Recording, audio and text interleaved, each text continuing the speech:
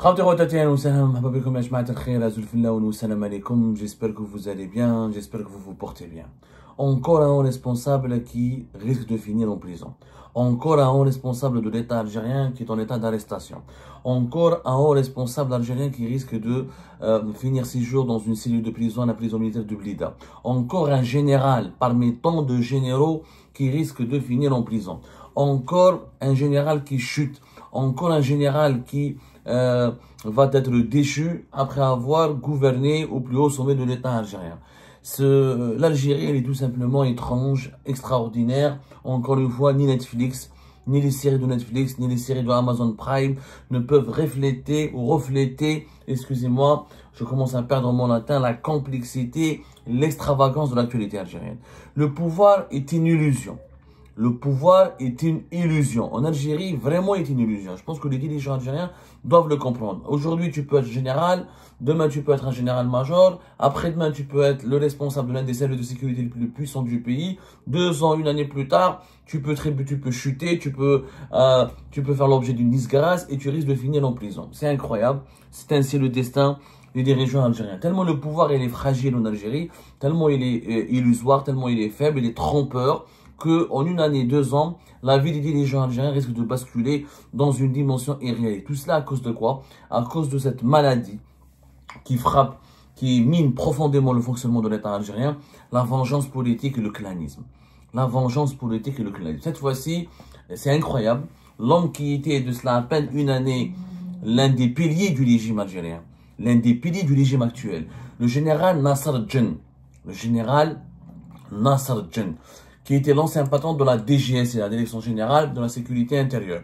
L'homme qui a dirigé la caserne Antar, le CPO, le Centre Principal des Opérations de Ben Aknoun, qui est la base logistique et la caserne opérationnelle, le centre opérationnel le plus puissant des services de renseignement intérieur. La DGSI, c'est le service secret le plus puissant du pays, le plus équipé, celui qui compte le plus d'agents, celui qui est présent à travers tout territoire national, chargé du contre-espionnage, de la lutte contre le terrorisme et des affaires les plus sensibles du pays, qui a la qualité de police judiciaire pour enquêter sur les affaires les plus graves, les scandales les plus dangereux du pays.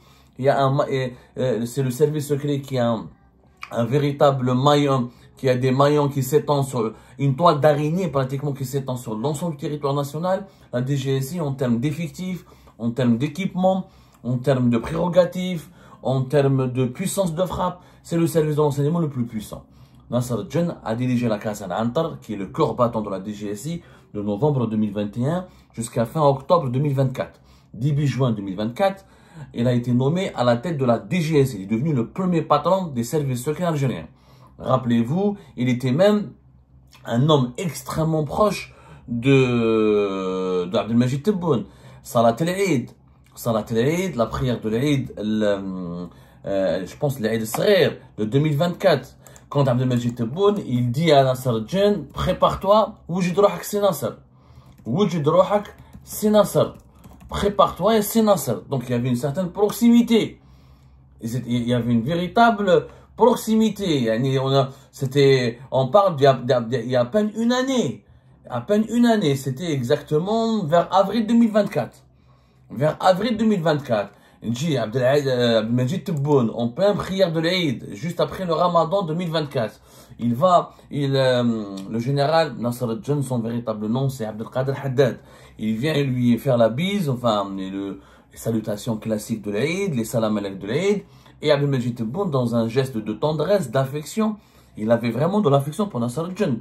Nasser Djen, il avait l'oreille d'Abdelmajid Tebboune. Abdelmajid Tebboune l'apprécie beaucoup. Il lui dit, prépare-toi.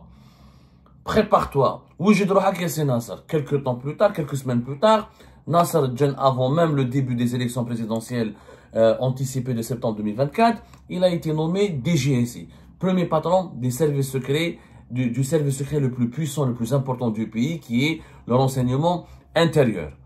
Et là, aujourd'hui, on apprend que depuis 48 heures, Nasser Djen est en état d'arrestation. Est-ce que c'est pas hallucinant ce pays quand même? Il y a 1 année, il était l'ami, le préféré du président et du chef de l'État. 1 année plus tard, c'est quand même un destin fou.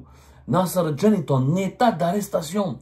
l'homme qui a surveillé, l'homme qui a permis à Tebboune d'organiser les élections présidentielles anticipées, l'homme qui a été qui était chargé de l'organisation sécuritaire, de la surveillance, de la mise en place de tout dispositif sécuritaire pour les visites de terrain de Tebboune, notamment Kabylie et Tizi Ouzou, l'homme qui avait l'oreille de Tebboune.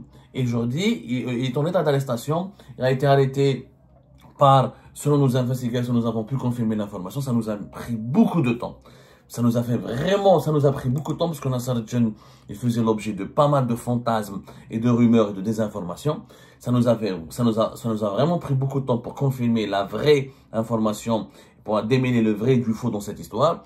Nassar Djen n'est pas encore au tribunal de Blida, n'a pas été encore incarcéré, il n'est pas incarcéré, il n'est pas placé sous mandat de dépôt ni quoi que ce soit.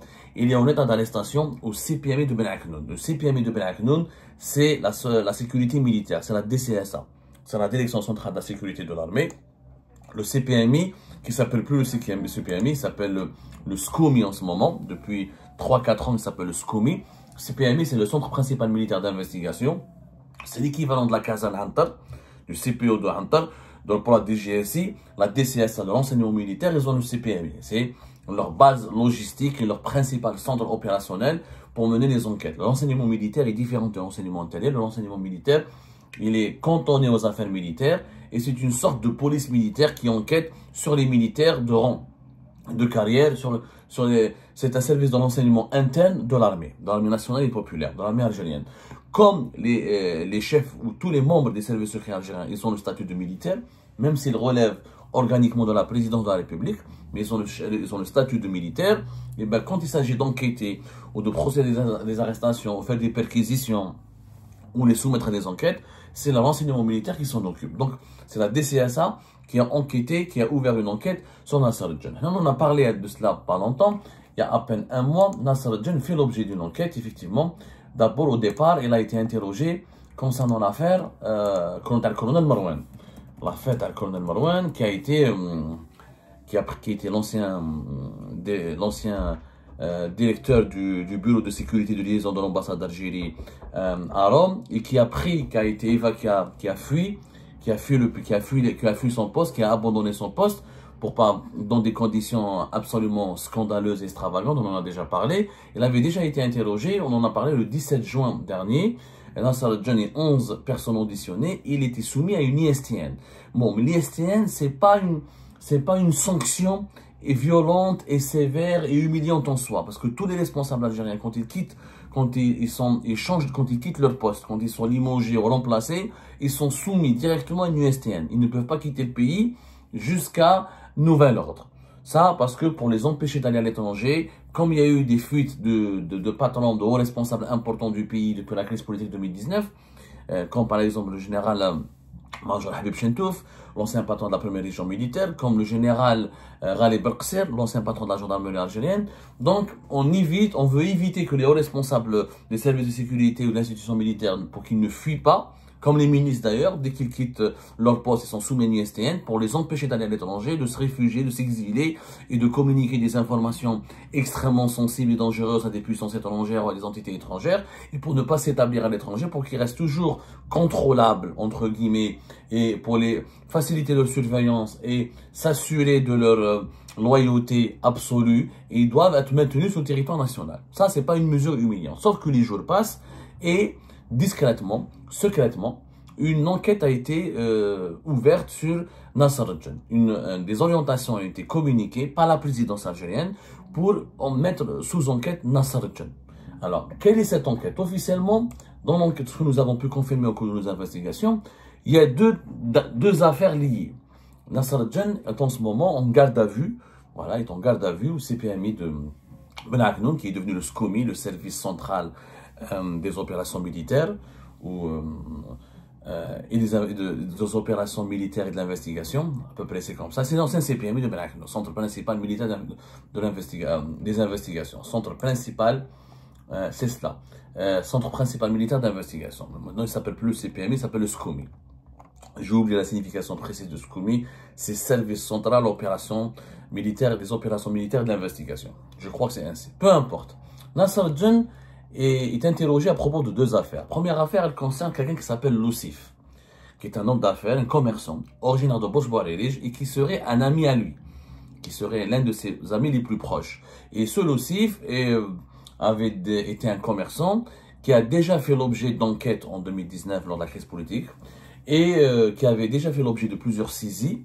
Ensuite, quand Nasser Djen est monté au plus haut sommet de la hiérarchie des services secrets, il s'avère que Hadal Ossif, il a repris ses activités commerciales de façon très intense et qui s'est beaucoup enrichi, notamment dans le commerce des smartphones, à travers notamment l'importation des cabas. Et on soupçonne Nasser Djen de l'avoir aidé, de lui avoir donné un coup de main et de l'avoir partagé avec lui la rente ou les fonds provenant de ce commerce prospère. Ça, c'est la première affaire. La deuxième affaire, apparemment, quand Nasser Djen était à la tête de la DGSI, il y aurait eu une saisie importante au niveau de l'un des domiciles qui aurait appartenu à Amar Roul, l'ancien ministre des Travaux publics de l'époque de Bouteflika. Et dans cette perquisition, du cash, des sommes importantes en cash auraient été saisies, et une partie de ces sommes en cash aurait disparu, n'aurait pas été retrouvée dans les entrepôts de stock des saisies de la DGSI. Et on soupçonne Nasser Djen d'avoir, soi-disant, subtilisé une partie de ce cash-là. Ça, c'est les accusations. Bien sûr, il y a la présomption d'innocence. Bien sûr, Nasser Djen n'a pas été encore condamné. Bien sûr, Nasser Djen n'a pas été encore présenté devant un tribunal militaire de Blida. N'a pas été encore mis en examen. Ça, c'est ce qui est officiel. Et malheureusement, derrière ces petites affaires, parce que pourquoi maintenant? Pourquoi on accuse Nasser Djen maintenant de corruption? Pourquoi pas avant? Et quand il était au pouvoir, il était sahibhom. Le pouvoir algérien, il y a de cela une année, Tebboune considérait Nasser Djen comme son homme de confiance, ou je dois c'est Nasser, etc. Quand il était à la tête, pour les élections présidentielles, pour les arrestations de certaines personnalités politiques ou la publique, pour les enquêtes, certaines enquêtes sécuritaires très sensibles. Nasser Djen était le coffre-fort, c'était le pilier du régime, l'un des piliers du régime. Et maintenant, quand il est hors circuit, quand il a été enlevé, comme par hasard, les affaires de corruption, les soupçons de corruption apparaissent. C'est malheureusement un procédé classique. En Algérie, depuis 2019, quand on veut salir quelqu'un, quand on veut noircir son image, quand on veut l'accabler, quand on veut le discréditer et provoquer sa disgrâce définitive, à savoir le mener vers la casse-prison, on lui invente toujours une affaire de corruption. La corruption, comme c'est un sport national en Algérie, comme c'est l'argument le plus, comment dirais-je, l'argument bateau. Vous savez qu'on dit le proverbe, quand on veut noyer son chien, on dit qu'il a la rage. La rage, cette rage, pour justifier de noyer son propre chien, c'est la corruption. La corruption, c'est l'argument le plus facile, le plus simple, le plus accessible pour permettre au régime algérien de se débarrasser, de se neutraliser, de se venger contre l'un de ses plus anciens serviteurs. En réalité, derrière l'affaire Nasser Djen, il y a une vengeance. Parce que ça, il y a l'officiel, il y a l'officieux. Je ne dis pas que Nasser Djen n'est pas coupable. Je ne suis pas juge. C'est la vérité. Moi, je ne suis pas son avocat. Moi, je dis juste que s'il y avait une véritable affaire de corruption, on aurait pu l'enlever quand il était au pouvoir. On aurait pu évoquer ces affaires-là pour l'enlever. Or, on ne l'a pas enlevé pour ça, on l'a enlevé parce qu'on a voulu ramener le général Hassan, parce que le général Hassan, le 22 mai 2025, quand il a été installé, on a estimé que Nasser Djen était limité, que ses compétences étaient limitées, que vu la conjoncture sécuritaire extrêmement sensible, notamment au niveau international avec les crises avec la France et le Sahel, etc., et que les nouvelles menaces potentiellement dangereuses auxquelles la sécurité nationale est exposée, il nous faut un homme d'expérience et de connaissances et de réseau qui est le général Hassan. Donc il n'a pas été enlevé Nasser Djen pour des affaires de corruption. Donc si ces affaires de corruption étaient avérées, quand il était au pouvoir. Et comme je vous dis, en Algérie, malheureusement, c'est une tendance fâcheuse. Quand on veut noyer son chien, on dit qu'il a la rage. Donc, pour justifier absolument la disgrâce et la chute de quelqu'un, on doit l'emmener en prison. Et nous, on est des journalistes honnêtes et intègres. Et ce que je n'aime pas, c'est cette lâcheté de s'attaquer à quelqu'un quand il n'est plus au pouvoir. Quand il est au pouvoir, il est puissant, personne n'ose l'attaquer. Mais quand il n'est plus au pouvoir, quand il perd le pouvoir, il devient une proie facile et c'est là où tout le monde essaie de l'égorger, essaie de le taper dessus. Ça s'appelle tirer sur une ambulance et c'est de la lâcheté. En réalité, derrière l'affaire Nasser Djen, il y a quoi? Il y a une affaire de vengeance politique. Il y a 2 ou 3 dossiers, parmi lesquels le dossier de l'ancien journaliste, notre confrère Harzallah, qui a défrayé la chronique récemment, nous en avons parlé, l'affaire Harzallah.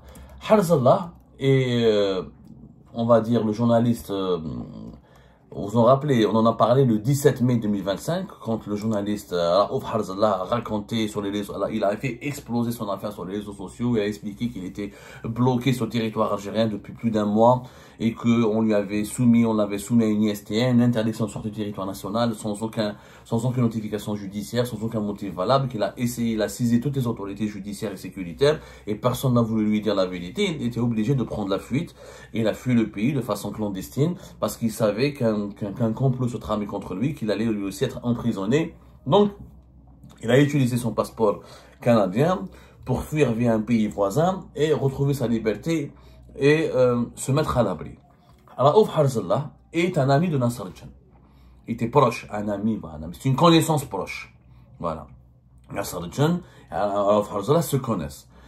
Quand Raouf Harzallah il a fui le pays, etc., à la présidente de la République, notamment les conseillers de Tebboune, ont accusé, ont suspecté, ont douté directement de Nasser Jan. Ils ont considéré que ils ont pensé que, ils ont suspecté Nasser Jan d'avoir orchestré, d'avoir organisé la fuite de Raouf Harzallah. Pourquoi? Parce que les conseillers à la présidence voulaient que la DGSI procède à l'arrestation de Raouf Harzallah et l'emprisonne. Et visiblement, Nasser Jan même chez Nasser Jan était quelqu'un qui était très fidèle à Tebboune, mais il n'était pas convaincu par toutes les instructions et tous les ordres. Et Nasser Jan, c'était quelqu'un qui discutait certains dossiers, en Algérie, le problème qui se posait, c'est qu'avec Tebboune, ses conseillers ont pris la fâcheuse tendance depuis 3-4 ans d'appeler eux-mêmes les hauts responsables des services de sécurité et de leur donner des ordres, des instructions. Or, légalement, un conseiller quelconque de n'importe quelle direction de la présidence de la République ne peut pas appeler le chef des services secrets, ni le chef de la police, ni le chef de la gendarmerie pour lui donner des instructions. Il n'y a que le président, à la limite le secrétaire général de la présidence ou le directeur de cabinet du président, mais à condition que ce soit des décisions motivées, écrites, mais par téléphone. En Algérie, malheureusement, ces 4 dernières années, n'importe quel conseiller, des conseillers à la communication, relations presse, relations publiques, conseiller chargé, un simple chargé de mission, genre des gens qui étaient anciennement journalistes, qui étaient anciennement des petits scribouillards dans des administrations, qui sont les compagnons de Tebboune, parce qu'ils sont ses compagnons. Il leur a donné le titre de conseiller à la présidence de la République. Ils se permettaient d'appeler Nasser Jan. Ils se permettaient d'appeler le patron de la police, ils se permettaient d'appeler le patron de la gendarmerie pour leur demander de procéder à telle ou telle arrestation, d'enclencher telle ou telle enquête, de communiquer tel ou tel dossier. Nasser Jan, à un moment donné, sur certains dossiers, il collaborait, sur d'autres dossiers, il ne collaborait pas. Il leur disait, j'attendais, si le président veut que je fasse quelque chose, c'est à lui de m'appeler, de me donner l'ordre. Ou là, vous m'envoyez via un procureur, via un juge. S'il y a un juge, un tribunal compétent qui me dit de procéder à cette arrêt, je le fais. Donc, même chez Nasser Jan, la fête de Harzallah. C'est ça la vérité de Nasser Jan. Pourquoi? Il n'est pas parti à cause de ça. Il est parti parce que le système, le régime devait le remplacer. Parce que Nasser Jan, il faut dire la vérité, il était limé son poste, le poste et la conjoncture sécuritaire et la conjoncture politique actuelle, notamment au niveau international du pays, et les menaces pluridimensionnelle, notamment à cause du conflit diplomatique et politique avec la France, avec les Émirats, la situation en Libye, la situation au Sahel, exigeait de nommer un nouveau chef des services secrets qui a un profil international, un profil plus connecté à l'étranger, qui maîtrise mieux les affaires des pays voisins, notamment les affaires du Sahel, les affaires de la Libye, et qui a plus d'expérience. Nasser Jan n'a pas d'expérience. Nasser Jan est c'est un homme de terrain, spécialiste de l'infiltration, mais c'est pas un manager de troupe, il n'a jamais été un manager de troupe ou un stratège qui peut élaborer des stratégies. Contrairement au général Hassan. Il n'a pas été enlevé pour ça, mais comme il a été enlevé, comme il n'a plus le pouvoir, donc c'est facile de s'attaquer à lui. Donc on a monté contre lui une machination, une affaire. Pourquoi? Parce que ما حبش يدخل الحبس Raouf Harzallah. هذه la vérité, نقولها لكم je suis honnête. أنا ما راني مع ناصر. ما راني مع حميدة ما راني مع بشير. Moi je défends l'intérêt général de l'Algérie. Moi je suis neutre, je n'ai aucun clan. Moi je vous dis la vérité. Je vais vous dire la vérité telle qu'elle est. La vérité c'est que Raouf Harzallah, il s'attendait à l'époque, entre mai et avril, il voulait l'incarcérer. Il voulait l'emprisonner. Et Nasser Jan, la DGSI, n'ont pas voulu l'incarcérer parce que, il n'y avait pas de décision judiciaire. Il n'y avait pas de dossier de justice enclenché, de poursuite judiciaire enclenché contre lui. Il n'avait pas de dossier dans n'importe quel tribunal. Troisièmement, c'était une instruction communiquée par des conseillers, une instruction individuelle. Tebboune n'a pas appelé Nasser Djen pour lui dire je veux que tu m'enfermes Harzallah. Et voilà pourquoi. Donc Nasser n'a pas exécuté. Il a laissé filer Raouf Harzallah. Sauf que les détracteurs de Nasser Djen, ils accusent Nasser Djen de l'avoir organisé son évasion, de l'avoir fait évader.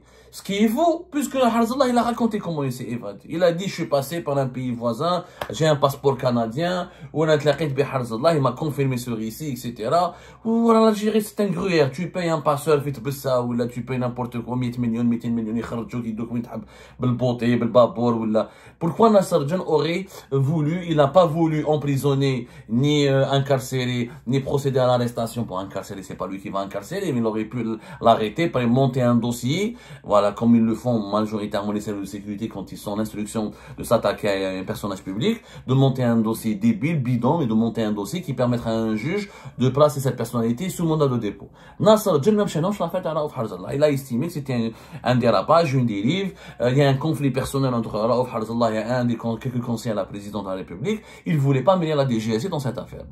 Et morellement, il a eu raison. Je pense qu'il a eu raison de le faire. Ça ne veut pas dire que je suis son avocat, c'est une vérité. Maintenant, pour se venger contre lui, ils vont pas faire une affaire sur Harzallah, parce que s'ils vont enquêter comment Harzallah a fui le pays, et s'ils veulent accuser Nasser Djen d'avoir fait évader ou d'avoir organisé l'évasion ou d'avoir permis l'évasion de Raouf Harzallah, ça sera une affaire politique. Pourquoi Raouf Harzallah, il fallait pas qu'il quitte le pays? Qu'est-ce qu'il a fait de mal à Raouf Harzallah? Est-ce qu'il a violé, volé, tué, orchestré quelque chose? Est-ce qu'il a fait quelque chose de mal? Non. Donc, cette affaire aurait été extrêmement politique et sulfureuse. Donc, qu'est-ce qu'on fait? Comme d'habitude, pour enfermer les généraux et les officiers de l'armée et les responsables politiques, on crée une affaire de corruption. C'est ça, il n'y a pas mieux. La corruption, c'est l'enrichissement illicite. La corruption, c'est ce qui permet facilement de salir quelqu'un, de le rabaisser, de l'humilier, de le culpabiliser, de le diaboliser, de le mettre en prison. Voilà comment ça se passe. Est-ce que ça, c'est un pays sérieux? Il y a une année, le chef de l'État, il dit, c'est Nasser Oujidouak, prépare-toi, tu es son homme de confiance. Et parce qu'il n'est plus au pouvoir, il laissera, alors que Nasser Djen leur refusait quasiment rien. C'était un serviteur invétéré de Tebboune. Nasser Djen, il n'exécutait pas quelques instructions et quelques ordres et quelques orientations qui lui parvenaient de certains conseillers, mais il était d'une loyauté absolue à l'égard de Tebboune. Dans pas mal d'affaires très controversées, Nasser Djen, il a joué un rôle important. Il y a eu l'affaire Saïda Narsa, c'est la DGSI en partie qui s'en est occupée. L'affaire de Abdelwakil Blam, c'est la DGSI qui s'en est occupée. Donc, il n'a pas dit non à tout. Il disait pas non à tout. Il disait au contraire oui à presque tout. Ken Machinhom, à 100%, où il était loyal, il croyait à Tebboune. Il pensait d'ailleurs même, il était parmi les généraux qui admiraient Tebboune, qui pensaient que Tebboune était le nouveau Wali Boumediene. Regardez aujourd'hui comment il est récompensé. Quel est le message, quelle est la leçon que les autres directeurs centraux, les autres généraux vont tirer? Maintenant, qui va vouloir quitter le pouvoir? Si à chaque fois que quelqu'un est au pouvoir, dès qu'il quitte, dès qu'il abandonne son poste, dès qu'il est éjecté, il se retrouve en prison, ou il risque d'aller en prison, ou il risque l'incarcération, mais demain, personne ne va vouloir quitter le pouvoir. Les gens vont se défendre, on renforce le clanisme, on renforce la volonté de monopoliser le pouvoir, parce qu'aujourd'hui, perdre le pouvoir en Algérie, c'est un acte de suicide, c'est-à-dire c'est une déchéance qui prépare une fin suicidaire, qui prépare une fin malheureuse. Donc personne ne va vouloir quitter le pouvoir. Et les gens qui vont rester au pouvoir maintenant, ils vont se dire, Nasser, il était leur bras armé. Tebboune, pourquoi il a donné la DGSI à Nasser Djen avant les élections présidentielles anticipées? Parce que Nasser Djen faisait peur. C'est pour ça, d'ailleurs, pourquoi les élections présidentielles anticipées de 2024 se sont bien déroulées en septembre 2024, sans aucun obstacle, sans difficulté, sans conflit, sans manifestation, sans émeute, parce que les gens, parce que c'était la DGSI, c'était Nasser Djen, parce que Nasser Djen, il avait des méthodes brutales, des méthodes très sévères, il inspirait la terreur. Toutes les mouvances politiques, les activistes, les gens au sein du régime, ils cravaient Nasser Djen. Son nom, comme c'est une légende, connu depuis la lutte contre le terrorisme pour ses méthodes brutes, pour ses méthodes sévères, brutales et pour ses méthodes très très fortes, les gens, il inspirait la crainte, il inspirait la terreur. Du coup, Tebboune lui a donné ce poste-là. Il savait ce qu'il était en train de faire. Parce qu'on avait oublié avec Nasser Al-Jun, les élections pouvaient être organisées sans qu'il y ait beaucoup de contestations, sans qu'il y ait des contestations, Kabylie, ailleurs, parce qu'il a des méthodes très fortes. C'est quelqu'un qui inspire la crainte, encore une fois. Et voilà, c'est un homme connu pour ses méthodes, pour certaines de ses méthodes brutales. Donc, c'était un pari réussi pour tout le monde, puisque les élections présidentielles anticipées se sont déroulées sans pratiquement aucun incident majeur. Mais, donc, ils l'ont utilisé, c'était un bleu, ou l'ont jeté comme une vieille chaussette. Comment les autres généraux vont comprendre, vont interpréter le sort de Nasser Al-Jun? Ils vont se dire quoi? Ils vont se dire, mais attendez, donc nous on est des vieilles chaussettes, on nous utilise, après on nous jette. Qui sera loyal maintenant à l'égard de Tebboune? À son clan. Qui va maintenant faire confiance à Tebboune et à son clan et à son entourage? Qui va faire confiance au pouvoir? Qui va vouloir encore collaborer et offrir ses services au pouvoir? Parce que dès qu'une année, il va être utilisé, une année, 2 ans, il va sauter comme un fusible, il risque de finir en prison. C'est la stabilité de l'État qui est menacée. Cette affaire d'emprisonnement, de vengeance politique, de clanisme, dès que quelqu'un tombe et part, il faut le mettre en prison. On utilise les généraux, les officiers et les hauts responsables du pays comme de la chair à canon. Ensuite, on les jette en pâture. C'est tout simplement une mécanique infernale qui finira par provoquer l'implosion du régime de l'intérieur. Parce qu'à un moment donné, les généraux, les autres officiers, les autres responsables du pays vont vouloir se défendre, ne vont plus vouloir quitter le pays et ça peut aller vers des scénarios de rébellion interne. C'est extrêmement grave. Allez, il y a la vérité sur l'affaire Nasser Al-Jun. Je ne vous rajoute ni aucun autre élément. Moi, je suis quelqu'un d'intègre. Je n'appartiens à aucun clan. Ce qui me fait mal, c'est mon pays. Comment mon pays, l'État algérien, il est devenu une machine à fabriquer des détenus en permanence. Comment les hauts responsables du pays, qui ont occupé des fonctions importantes, finissent tous en prison. Ça fait quoi? Ça donne l'image que ce pays, c'est un État voyou. C'est un État voyou, des premiers ministres, des généraux, des ministres, tous finissent en prison. Ça veut dire que c'est un État voyou. Et un État voyou n'inspire ni le respect, ni la considération, ni l'estime.